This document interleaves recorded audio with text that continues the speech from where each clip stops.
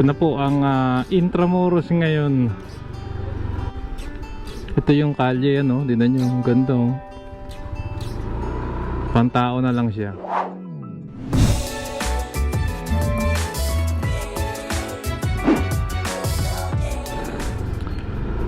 Alright, magandang araw mga kababayan. Dito tayo ngayon sa Maynila.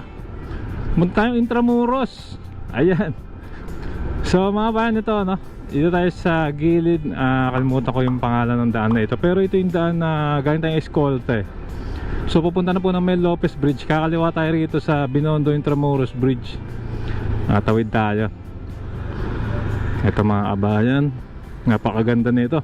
Kaya dito ko sinimulan para makita nyo itong, sa mga hindi pa nakakapanood ng pagtawid natin dito. At ayan mga kababayan, ito. Kaya tayo pupunta Intramuros ngayon. Nakikitain natin yung ating kaibigan, no? Si sarap magbiyahe na dating si Absolute Rowell. Kaibigan natin mga kababayan. At ngayon nandyan siya. Siguro cover na natin, no? Ito nga pong Intramuros, notorious to, napakasikip nito. Pati mga historical na kalye ay ginawang daanan ng kotse, parkingan. Ngayon nga po ay tinitigil na, no? Ito nga pala yung dating magiging archives na to. Yan ang mga bayan. Dating shootingan ng yan, yung dyan kumbaga sa mga pelikulang action dati, dyan nagkikita yung bida tsaka yung kalaban, dyan sila naghaharap. Yung mga kidnapping dyan.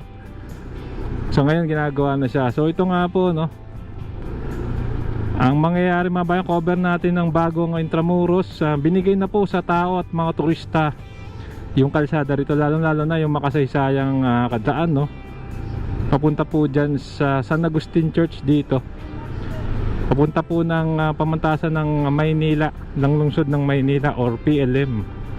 So ito na po, ang Manila Cathedral.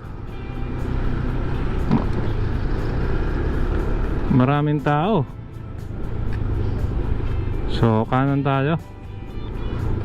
Kung gusto nyo mag Port Santiago, dito kakanan kayo rito.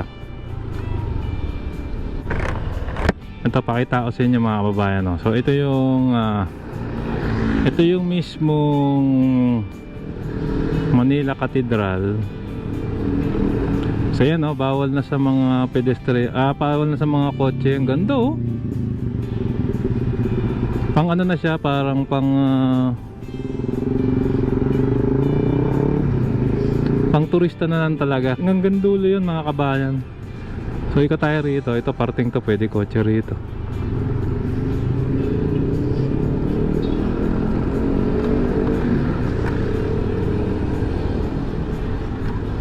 Pwede motor dito mag-park. Seryoso.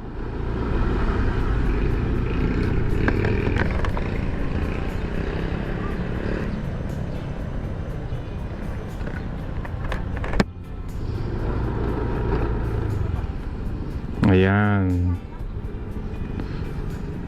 So ito na yung Manila Cathedral na yung parang turista.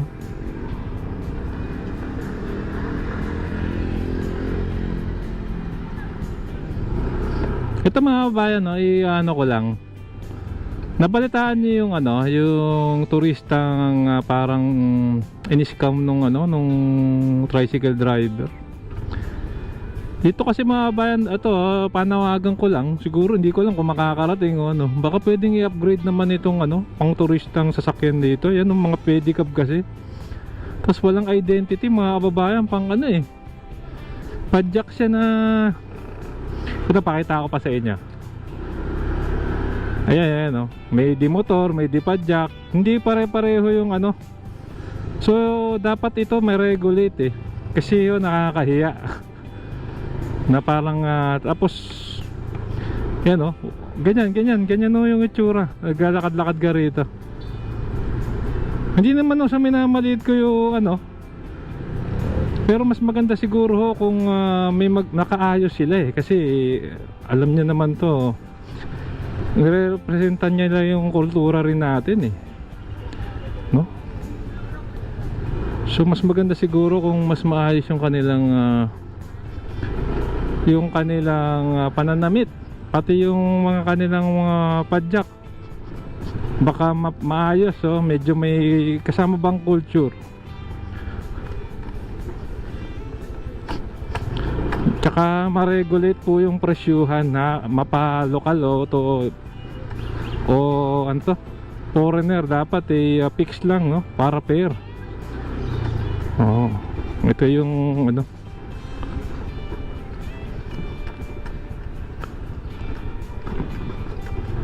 Yung kabila de ano na pang ano na talaga, pantao.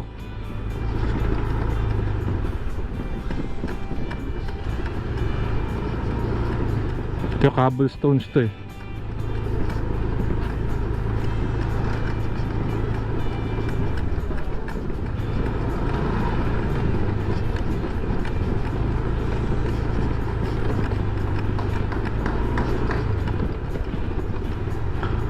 Ayan, San Agustin.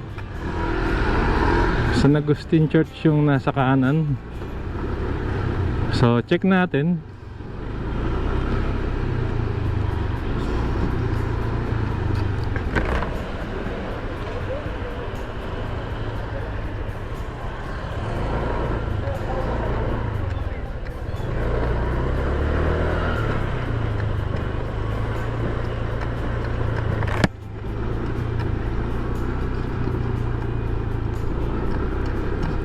Ito na po ang Intramuros ngayon.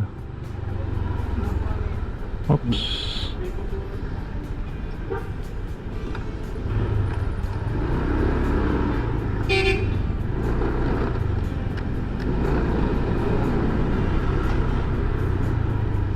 Pwede na rito. Kanan na ako rito.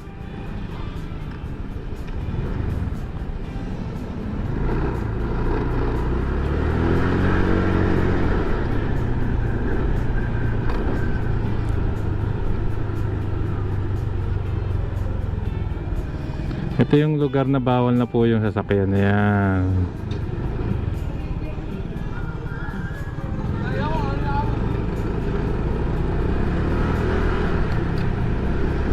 Ikot-ikot tayo rito.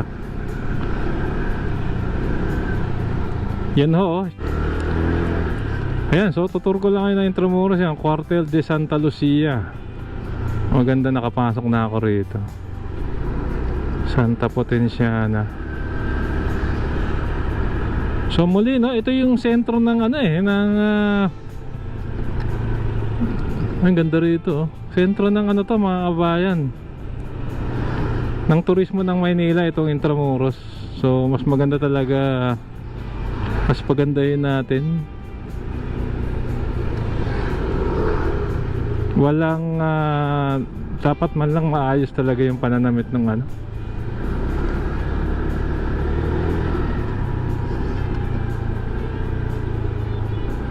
Ito, may parang food park pala rito. Ang tago nga lang.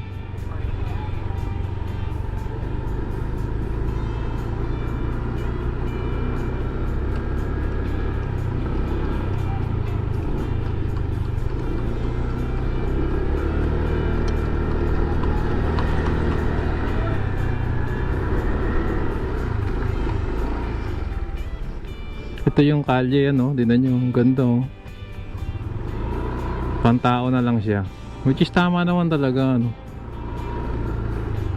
Oh, mas maganda siya tignan, mas maaliwalas, mas makapaglakad-lakad yung mga turista. Good job dito sa ano ng Intramuros, no, sa naisip nilang ito. Ang ano ko lang po, yung ating mga tourist, ano, yung mga padyak, baka po may way pa, no, para mas mapaganda sila. Ito pala yung parkingan.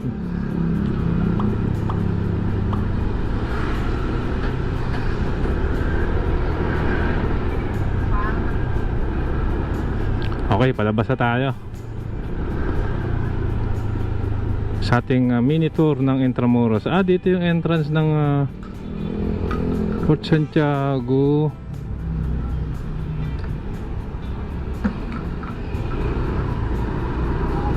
Ano, may ano pa, e-bike pa yung gamit eh. Parang ano eh, no? Wala pong regulasyon, kahit sino pwede eh.